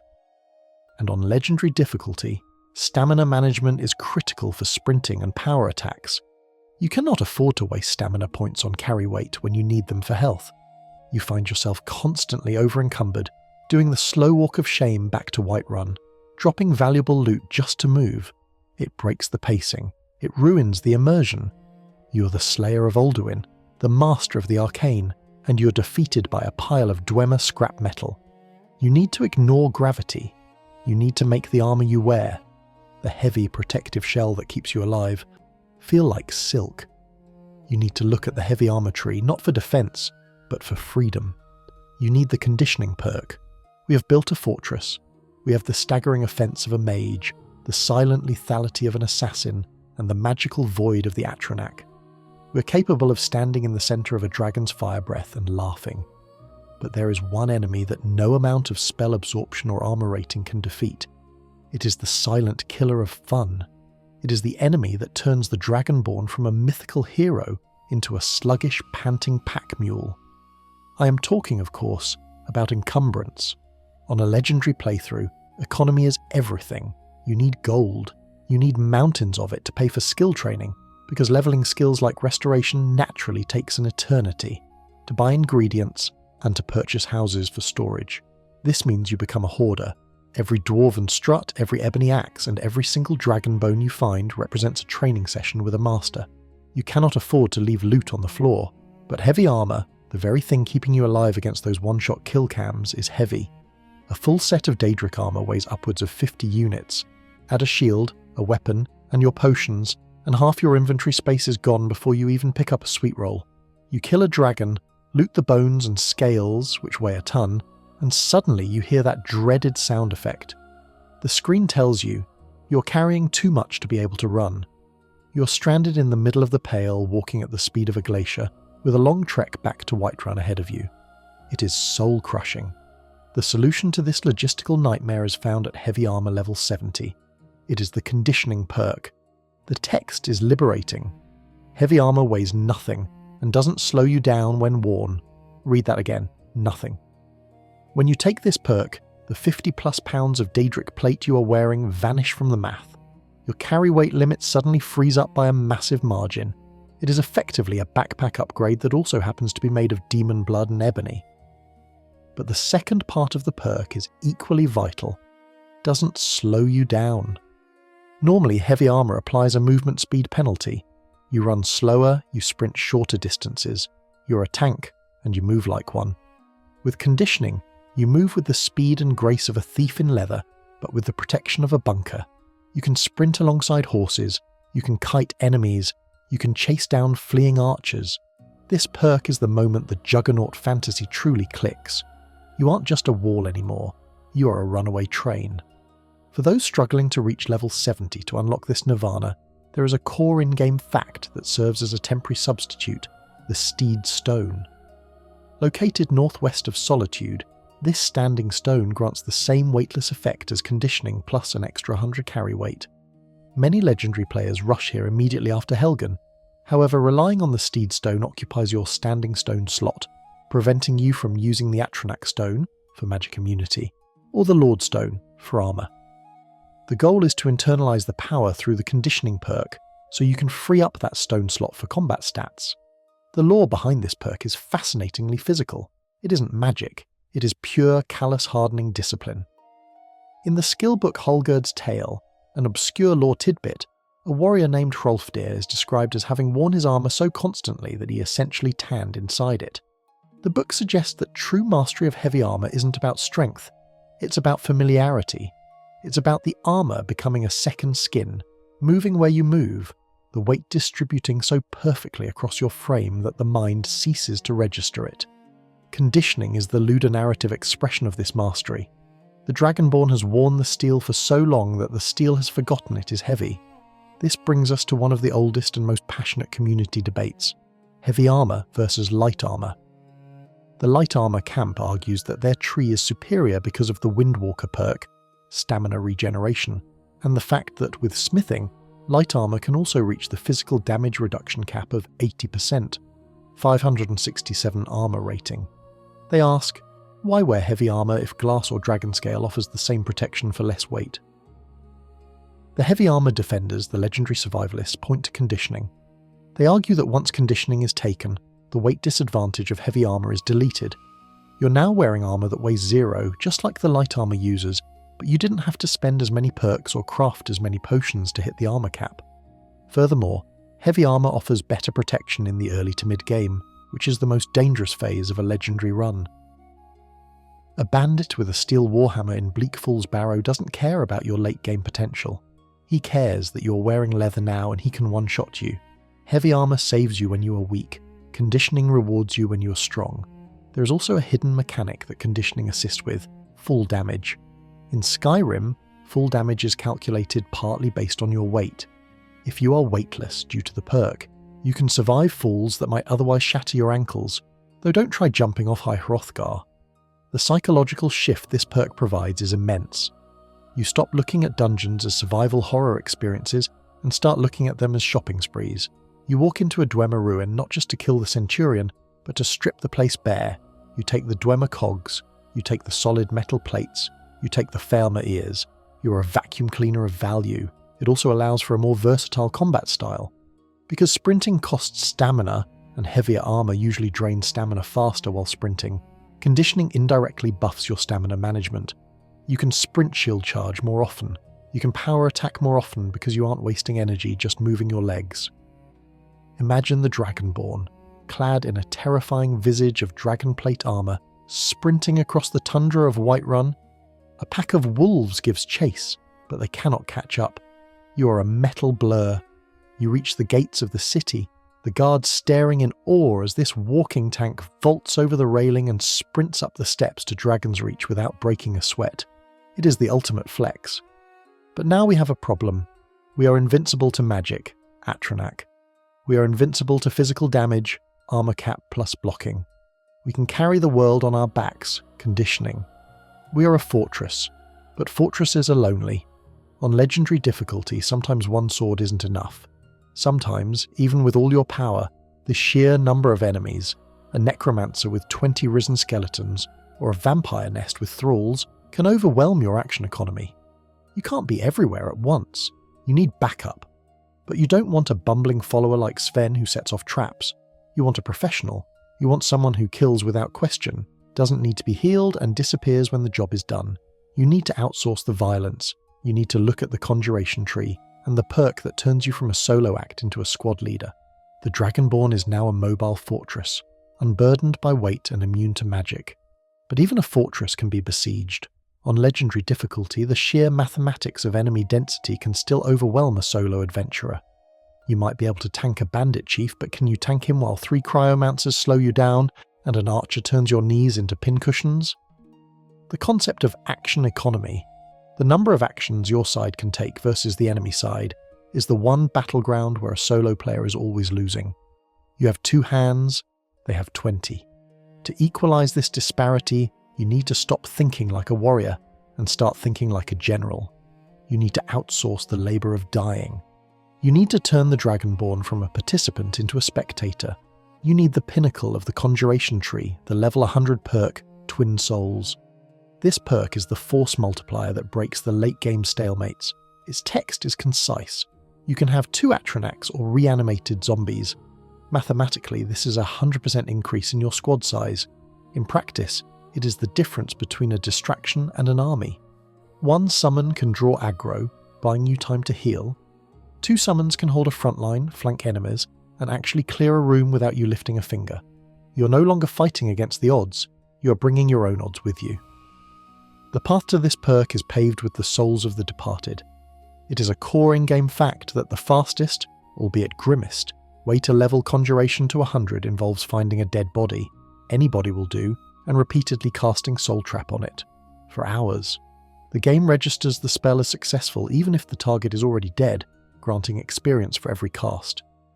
It is a macabre ritual, the Dragonborn standing over a fallen mud crab, muttering incantations until the sun rises and sets, perfecting the art of binding spirits to the mortal plane. Once achieved, however, the choice of what to summon defines your legendary experience. While the perk mentions Atronachs or zombies, there is one summon that stands head and shoulders and horns above the rest for raw survivability and aggression, the Dremora Lord. Unlocked via the expert level spell tome, usually purchased from Finnis Guest Store at the college after proving your worth, the Dremora Lord is the ultimate bodyguard. When summoned, he arrives with a roar that shakes the speakers. I smell weakness, or a challenger is near. He wields a Daedric greatsword of the Inferno. He has high health, heavy armor, and most importantly 0 sense of self-preservation. With Twin Souls, you summon 2 of these maniacs. Imagine walking into a farmer hive. In the past, you would sneak, terrified. Now, you cast twice. 2 hulking Daedra materialize from the void. They charge into the darkness, screaming insults at the blind elves. You hear the clash of steel. the roar of fire and the wet thud of bodies. You simply stroll behind them, looting chests and checking urns for gems. You have become the CEO of the dungeon. Your employees are handling the hostile takeover. The synergy here with our previous perks is undeniable. If you are playing the stealth archer or illusionist, Twin Souls provides the perfect distraction. If you are the tank we built in the last few sections, the Dremora act as your DPS, damage per second, while you hold the boss's attention. Or, conversely, you let them tank while you rain arrows from the back. But there is a deeper, more disturbing layer to this power. The book Liminal Bridges, an obscure lore tidbit, discusses the mechanics of summoning. It describes the act not as creating a creature, but as forcing a sentient entity from the planes of oblivion into a temporary, often painful, binding on Mundus. The text implies that the Twin Souls ability requires a fracturing of the caster's own will to hold open two doors to oblivion simultaneously, requires a mental fortitude that borders on madness. The Dragonborn isn't just a wizard. They are a living portal, a tear in reality through which the armies of the Daedra can flow. This power leads to one of the most enduring community debates, the Dremora Lord versus Dead Thrall argument. The Twin Souls perk also applies to the master level Dead Thrall spell, which allows you to reanimate a corpse permanently. Not for 60 seconds, but forever. Fans of the Necromancer archetype argue that Dead Thrall is superior because you can equip your zombies with custom armor and weapons. You can kill a powerful NPC, like Auction Door, the teleporting mage, or a high-level vampire Volkihar, and turn them into your permanent pet. A thrall with enchanted Daedric armor is technically stronger than a Dremora Lord. However, the Dremora camp, often the legendary survivalists, counters with the AI argument. Thralls are stupid. They get stuck on doors. They moan constantly. If they die, you have to drag their body around or lose their gear. Dremora Lords, on the other hand, are disposable. If one dies, you just snap your fingers and summon a fresh one at full health. On legendary difficulty, where burst damage is high, the ability to instantly replace your frontline is often more valuable than a slightly stronger but irreplaceable zombie. Plus, there is the audio factor. A dead thrall groans. A Dremora Lord screams, "There you are, weakling!" It brings a certain energy to the fight that a shambling corpse just can't match. There is a specific tactical application for Twin Souls that saves runs, the Dragon Counter. Melee-based Dremora Lords are useless against a flying dragon. They just stand there, shaking their fists at the sky. But with Twin Souls, you can swap your loadout instantly. You summon 2 Storm Atronachs. Now you have 2 mobile lightning turrets. Their attacks are hit scan, instant travel time, meaning they rarely miss a dragon in flight. They whittle down the dragon's health, tank the fire breath, and force it to land. Once it lands, you resummon the Dremora Lords to finish the job. You're adapting your army on the fly. For the Atronach user, referencing section 10, Twin Souls presents a unique challenge. Remember, spell absorption can absorb your own summons. To make this work, many legendary players develop a specific muscle memory. They look down at their feet or a distant wall to cast, trying to manipulate the range, or they rely on the Sanguine Rose Staff, which sometimes behaves differently depending on patch versions. Or they simply spam the spell until it works, relying on their infinite magicka pool to brute force the probability. The feeling of walking through the Soul Cairn, a realm of depressing purple gloom, with 2 Dremora Lords flanking you, is a peak Skyrim experience. The ideal masters may rule that realm, but you brought the bullies. You're walking through hell with your own personal demons. But let's look at the economy of this again. You are now the manager. You have minions fighting for you. You have armor that weighs nothing. You have potions that make you a god. But there is one thing you still need. You need money. You need vast, obscene amounts of gold. Why? Because on legendary difficulty, you cannot afford to grind skills naturally. You don't want to swing a sword at a mudcrab for 10 hours to level one-handed. You want to walk up to the master trainer in the Companions Hall, dump 20,000 septims on the table, and buy 5 levels instantly. You need to fund your crafting addiction. You need to buy every Grand Soul gem in the province. Looting dungeons is slow. Selling iron daggers is slow. To truly break the economy and fund your ascension, you need to turn every merchant in Skyrim into your personal ATM. You need to be able to sell anything to anyone. You need the silver tongue of a guild master. you need to look at the speech tree and the perk that changes the rules of commerce. We have built a demigod. We have the offense, the defense, the summons, and the crafting loops. But a demigod on a budget is just a powerful hobo. To sustain a legendary difficulty run, where you are constantly buying potions, ingredients, soul gems, and those exorbitantly priced skill training sessions, you need liquid capital. You don't just need gold, you need an economy that flows around you. The problem with Skyrim's merchants is that they are picky. The blacksmith won't buy your potions, the alchemist won't buy your enchanted swords, the general goods merchant has a pitiful 750 gold cap. You walk out of a Dwemer ruin with 5,000 gold worth of loot, only to spend 3 in-game days fast-travelling between Riften and Solitude just to offload it all. It is a pacing killer. Enter the speech tree and the perk that turns the Dragonborn into the Wolf of Wall Street, the merchant perk. Available at speech level 50, this perk is the linchpin of your financial empire. Its effect is transformative. You can sell any type of item to any kind of merchant. Suddenly the blacksmith in Riverwood will buy your spare potions of fortify carry weight. The alchemist in Whiterun will buy the 10 enchanted iron daggers you just crafted. Feralda at the College of Winterhold will buy dragon bones. The artificial barriers of commerce dissolve. You can walk into a single shop, say War Maidens, and empty your entire inventory, converting trash into gold in one transaction, provided they have the funds which we will address. On legendary difficulty, this is crucial because it allows you to liquidate dungeon trash instantly. Every garnet, every scroll, every random enchanted helmet you find becomes immediate currency towards your next level of training. The synergy with the investor perk, which comes later but is enabled by this path, allows you to pump 500 gold into a merchant's business to permanently increase their gold cap. But merchant is the real MVP. It turns the Thieves' Guild fences, who usually have higher gold caps, into general stores. It turns the court wizards into garbage disposals for your heavy loot.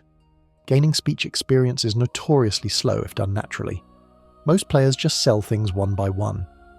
But there is a core in-game fact often exploited by savvy players, the speech check loop in Riften. At the Blackbriar Meadery, there is a counter-attendant named Ungrian. You can ask him about Maven Blackbriar, and a persuade option appears. Due to a coding oversight, this dialogue loop never closes. You can persuade him, back out, and persuade him again, infinitely. It is a grind, yes, standing in a tavern talking to a depressed elf for an hour. But it rockets you to speech 50, and eventually 100, without spending a septim.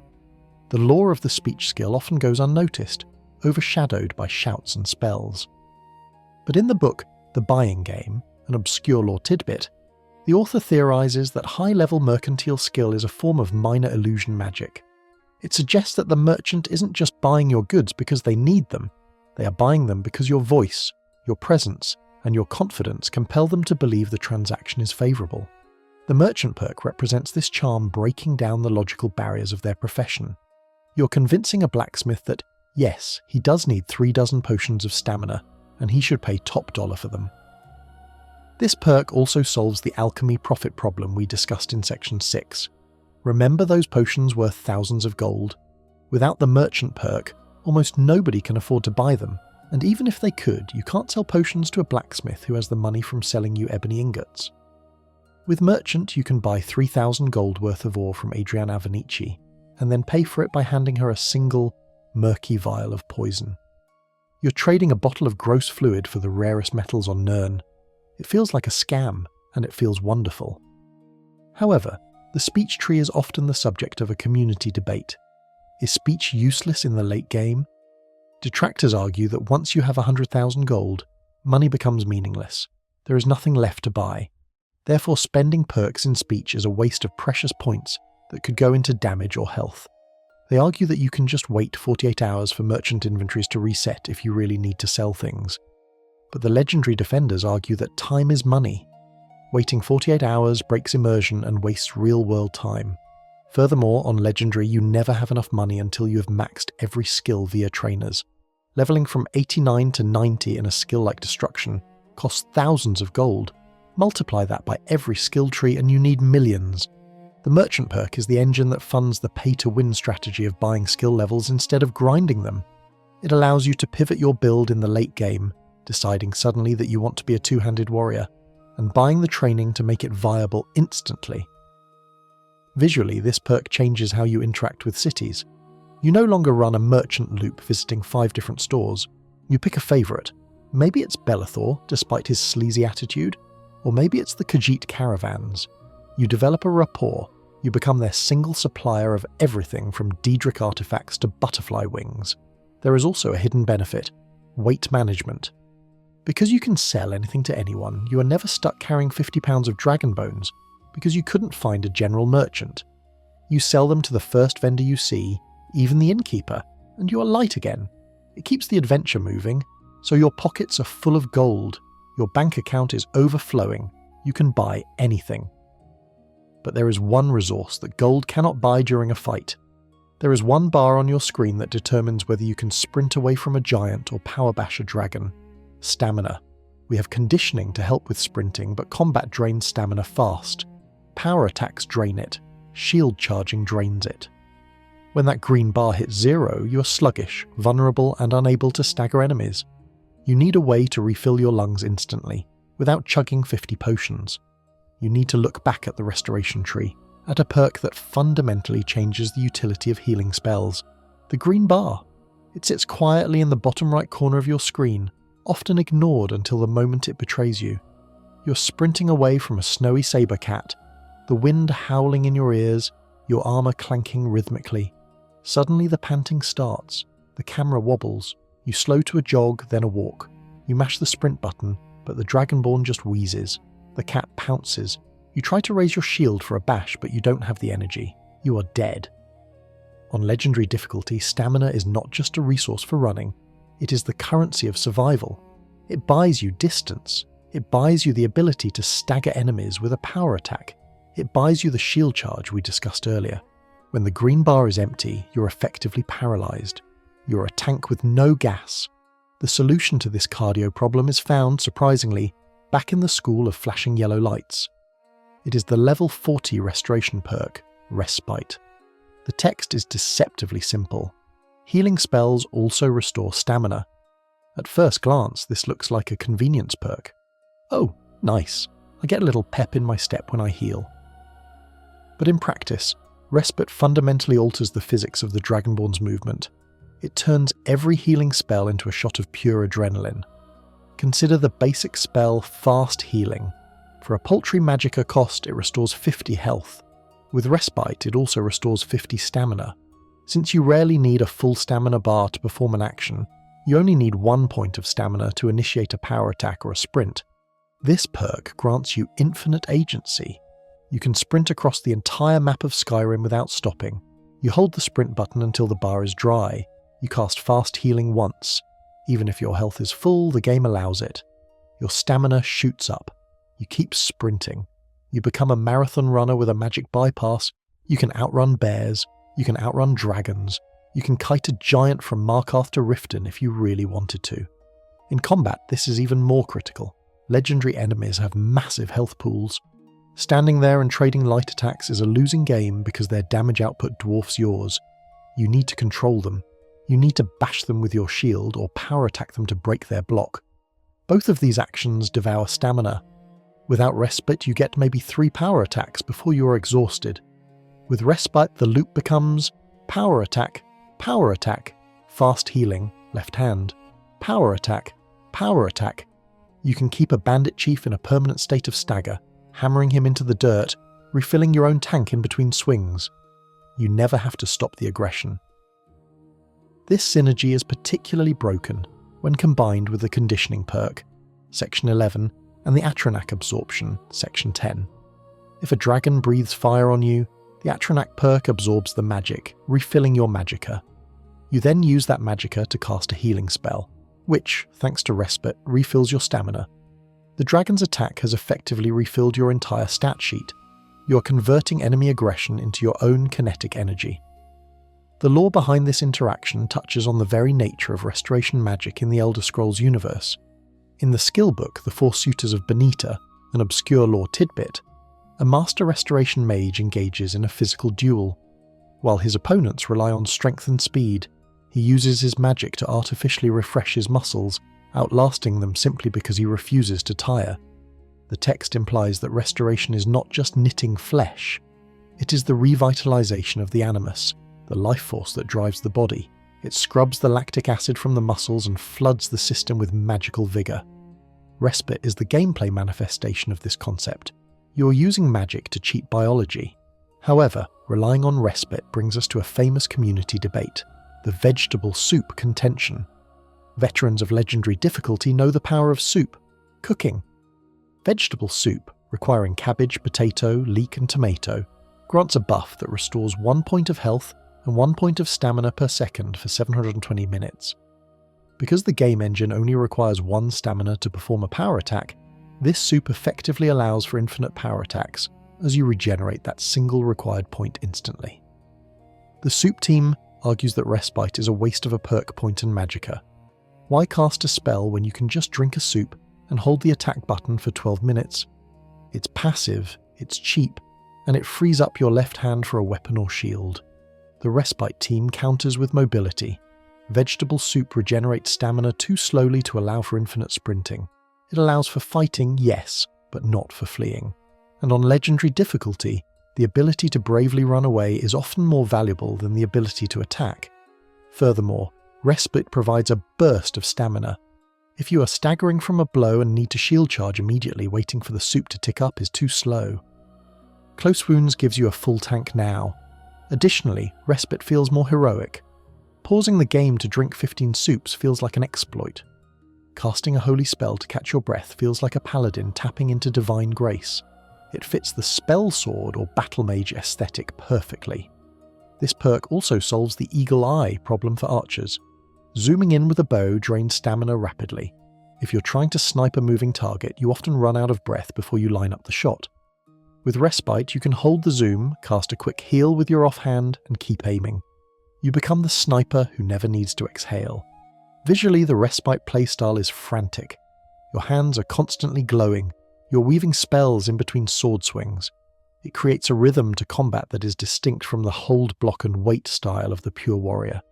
You're managing 2 bars simultaneously, health and stamina, using a 3rd bar, magicka, to balance them. It requires attention, but the reward is a character that never stops moving. And movement is key because at this stage of the game you are hunting. You're no longer the prey. You have the gear, the stats, and the infinite endurance to chase down the legends of Skyrim. You are hunting the Ebony Warrior. You're hunting Karstarg. You're hunting the legendary dragons. But all this running, healing and tanking is just the setup. It's the preamble. Eventually you have to end the fight. You have to deliver the blow that stops the enemy from getting back up. You need a finisher. You need a move that bypasses the health bar's final sliver and simply declares, "You're done." We need to return to the art of the blade for one final lesson. We need to look at the one-handed tree, or two-handed, the perk exists in both, but we'll focus on the speed of one. We need the perk that turns a kill into cinema. We need Savage Strike. We have reached the end of the skill trees. We have crafted, enchanted, snuck, blocked and healed our way across the most hostile province in Tamriel. We have turned the Dragonborn from a fragile victim of the legendary difficulty setting into a master of its systems. But there is one final piece of the puzzle. Survival is satisfying, and sustainability is necessary, but this is a game about dragons and warriors. At some point you need to hit something very hard, and you need it to look cool when you do it. We need to discuss the art of the execution. We need to talk about the one-handed perk waiting at level 50, Savage Strike. On the surface, Savage Strike offers a mathematical bonus. Standing power attacks do 25% more damage. In the realm of legendary damage sponges, any percentage boost is welcome. But the second half of the tooltip is what truly sells it. Chance to decapitate your enemies. This perk is the difference between a fight ending with a whimper and a fight ending with a statement. It changes the punctuation of combat. You aren't just reducing a health bar to 0, you're severing the threat entirely. The mechanics of Savage Strike require a specific discipline that many frantic players miss. You must perform a standing power attack. This means letting go of the left analog stick, or WASD, completely before holding the attack button. If you are moving forward, you do a lunging strike. If you are moving back, you do a defensive retreat. To trigger Savage Strike, you must plant your feet. You must stand your ground in the face of a charging orc berserker and trust your steel. It is a moment of supreme confidence. The screen blurs slightly. The sound dampens. The camera unlocks from its usual perspective and swings into a cinematic angle. You see your character spin, the blade flashes, and the enemy's head separates from their shoulders, tumbling away in a physics-enabled arc while the body crumples. On Legendary difficulty, where every bandit takes 20 hits to kill, this animation serves a crucial psychological purpose for the player. It breaks the monotony. Beating on a Draugr Deathlord for 5 minutes can feel like chopping wood, but ending that duel with a cinematic execution provides a burst of dopamine. It validates the struggle. It tells you, yes, you are powerful. The damage bonus itself is nothing to scoff at. That 25% stacks with your armsman perks, your smithing upgrades, and your enchantments. When you land a Savage Strike with a legendary Dragonbone mace, you're delivering one of the highest single-hit physical damage numbers possible outside of a sneak attack. It is the delete button for when stealth has failed. There is a fascinating obscure lore tidbit regarding this level of martial focus found in the book Words and Philosophy. In it, a master swordswoman explains that the perfect strike is not about anger, but about the absence of hesitation. She describes a state of mind where the warrior and the weapon are a single entity, and the cut is already made before the blade moves. Savage Strike embodies this. It is the only attack that requires you to stop moving, to find stillness in the chaos, and deliver a blow of pure intent. It suggests that the Dragonborn has transcended mere flailing and has entered the realm of the Swordslinger. However, this perk is the centre of a heated community debate, the kill cam liability. In Skyrim, when a kill cam animation triggers, the world around you doesn't always stop. While you're immune to damage during the animation itself, the enemies around you are still moving, positioning themselves. You might decapitate one bandit only to exit the animation surrounded by 3 others who have used those precious seconds to wind up their own power attacks. Some legendary purists argue that Savage Strike is a trap, that the animation lock leaves you disoriented and vulnerable. They prefer to disable kill cams via mods to maintain situational awareness. But the counter-argument is the invincibility frame theory.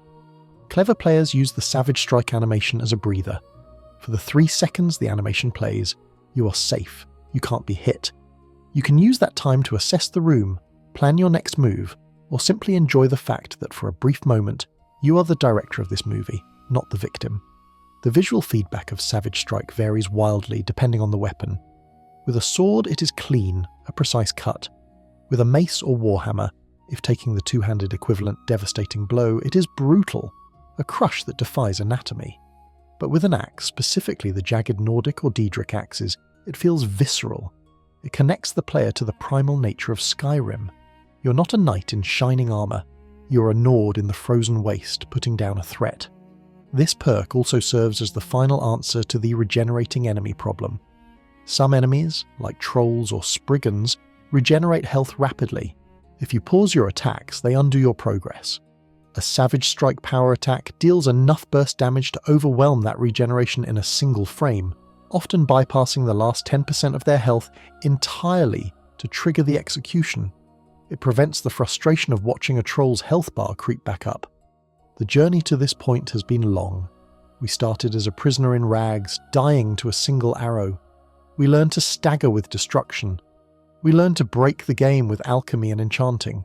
We learned to hide, to tank, to summon and to sell. And now, we stand in the courtyard of Castle Dower or the peaks of Sovngarde, planting our feet and severing the heads of our enemies. We have conquered the math. We have conquered the economy. We have conquered the physics engine. Legendary difficulty is not just a setting. It is a lens through which you see the world of the Elder Scrolls. It strips away the power fantasy and replaces it with a survival simulation. It forces you to respect every mudcrab, to fear every shadow, and to use every tool in the developer's kit, even the broken ones. But standing here now, clad in weightless Daedric armour, with a Dremora Lord on one side and a Storm Atronach on the other, your pockets full of gold and your veins full of vegetable soup, the fear is gone. You look at the legendary dragon circling above. You don't see a threat. You see a soul to be absorbed. You see a crafting material. You see a target for a Savage Strike. You have become the legend. The difficulty setting is no longer a constraint. It is simply the only stage large enough to hold you. And so, the dragon falls. Its massive form crashes into the snow, kicking up a cloud of white powder that glitters in the pale light of Secunda. The combat music fades, replaced once again by the gentle hollow whistling of the wind through the mountain pass. The shout has been absorbed. The soul is yours. You sheath your weapon. The weight of it, the heat of the battle, slowly leaves your hands. You look out over the tundra, the vast expanse of Whiterun Hold stretching out below you like a map drawn in ink and starlight. The fires of the giant camps are mere specks of orange in the deep blue of the night. It is quiet now. The danger has passed. The math, the numbers, the perks, they all fade into the background. What remains is just the world, the creaking of the pine trees, the soft crunch of your boots on the ice, the rhythmic breathing of a hero who has earned their rest. You can let go of the controller now. You can let the tension in your shoulders unspool. The inventory is managed. The quest is complete. The character you built, that invincible fortress of solitude, is safe. They are standing guard so you don't have to. The fire in the hearth at Breezehome is waiting. The bed is warm. The storm outside is just a lullaby, a reminder that you are sheltered, you are secure, and you have survived everything the world could throw at you. Drift away from the screen. Let the snow cover your tracks. Let the northern lights guide you into the dark. There is nothing left to fight tonight. Sweet dreams.